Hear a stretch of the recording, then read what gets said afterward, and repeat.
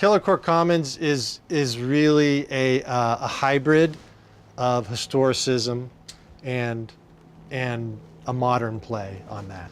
Because this was a patch, it's basically 3 acres of farmland, and it was unique because it was in its original condition with just the old farmhouse for years and years while things developed around it. It was a unique opportunity to have this much land this close to downtown. But we really wanted to honor the agrarian heritage of the old farmstead. Jim's marching orders were, he wanted something that was very low maintenance, very high quality, and something that's going to have real longevity. So the idea of using steel and wood, plaster in places, and a lot of metal is in response to that. Budget is normally a big part of what we have to think about as architects. And Jim and Millie from the beginning really emphasized quality.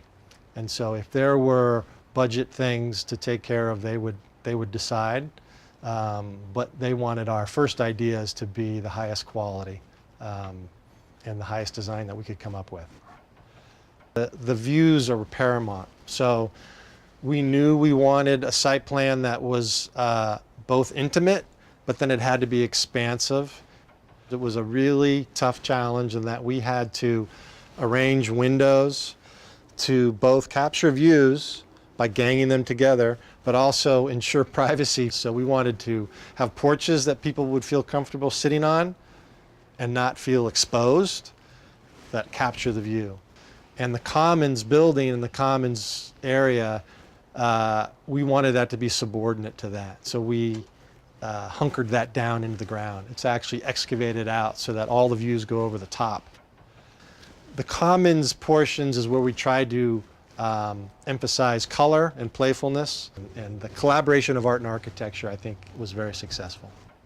Keller Court Commons uses a variety of green attributes. So the PV is the obvious one that you see, which are the photovoltaics. Every house is not net zero, but the idea was to try to approach that.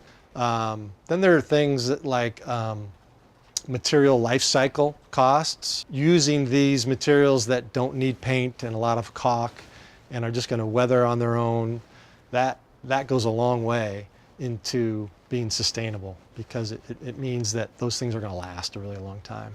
So Keller Court Commons was definitely something we thought would be suitable for an award. And the Golden Nugget is just, I think, the first of potentially many.